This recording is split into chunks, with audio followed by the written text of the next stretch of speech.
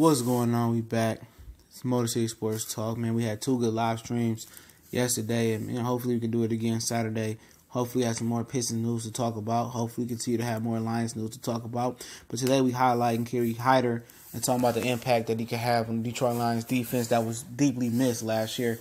He was about to build on some great momentum where he had like 8 or 9 sacks the year before last, and like he got a sack in the Indianapolis preseason game before he got injured, and it was looking to be an up-and-up year for him, and we definitely missed his impact as a football player, not only just as a pass rusher. He was on fire, man. When Zeke was injured the year before last and coming in and out the lineup, man, he was carrying the load, and, a lot of teams really didn't have no answer for him. And if you was able to pair him up with Zeke Ansah, it was going to be trouble. Big trouble for quarterbacks and defenses last year, but now we get them back. This is a totally different defensive scheme that they're gonna be running, and but I think they're gonna find a situation, or they're gonna find plays for Kerry Hyder to do what he did 2 years ago. They're gonna find a way for Zeke Ansah to do what he did, a few years ago, and put them in positions to really pin their ears back and go get the quarterback. Not in just situational football and passing downs. They're gonna give them an opportunity to be football players and play the run, which Zeke Ansah is amazing at playing the run in the past. And I don't think he get enough credit for his run stuff in defense as well too, and keeping running backs and quarterbacks contained and not getting sunk in and not playing the edge. And we know Anthony Zettel is notorious, for not setting the edge, man. But Kerry Hyder provides depth, because we don't know exactly what Deshaun Hand gonna be. We don't know exactly, is Ziggy going to be 100% healthy, or if Anthony Zettel going to take another step forward.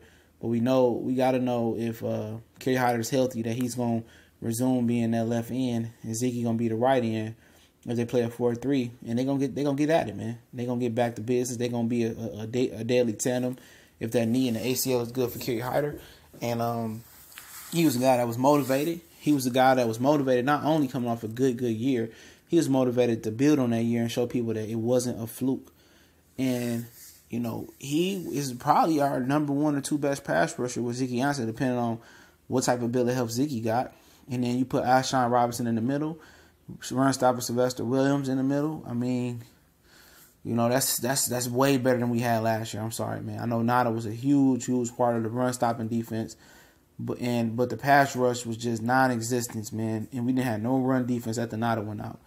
And, adding Kerry Hyder, hopefully he's healthy, that's going to be very, very important, man.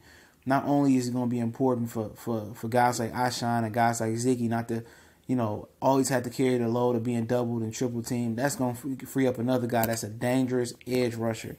That's a dangerous football player. That's a guy that can get upfield, that can stop the run. That's a short tackler on the quarterback. And teams going to have to start paying attention to him and taking eyes off of Zeke Ansah, and that's going to free him up to eat. That's going to make blitzing a lot easier because Kerry Hyder has a high football IQ as well. And he's a dog.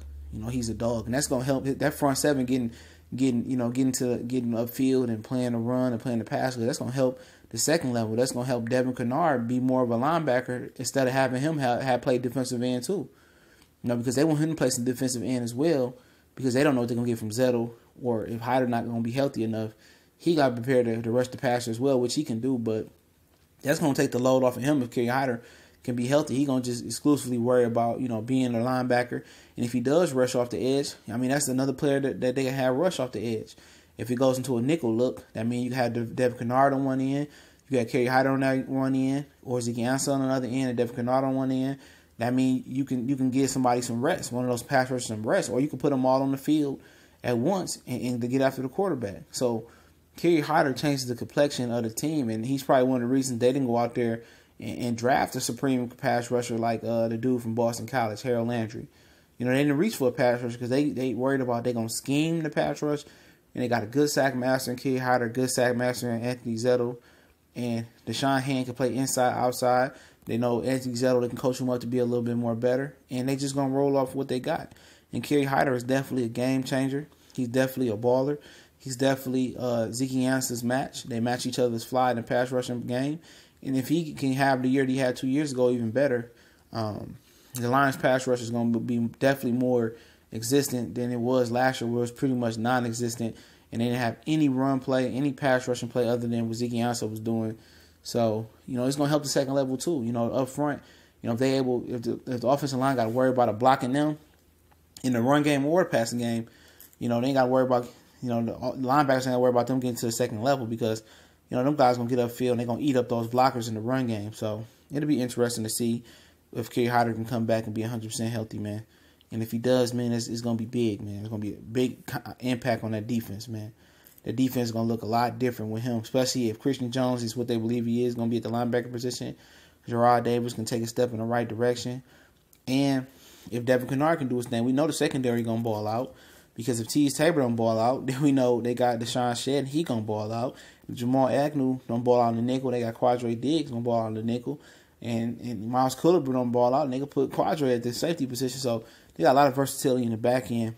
But it starts with the front end. The front end and the back end working cohesive. They work hand in hand. If they get the pass rush and they can get the pressure on the quarterback, they're going to eat. It's going to be a lot of interceptions, a lot of pass deflections. It's going to be a lot of pass defenses.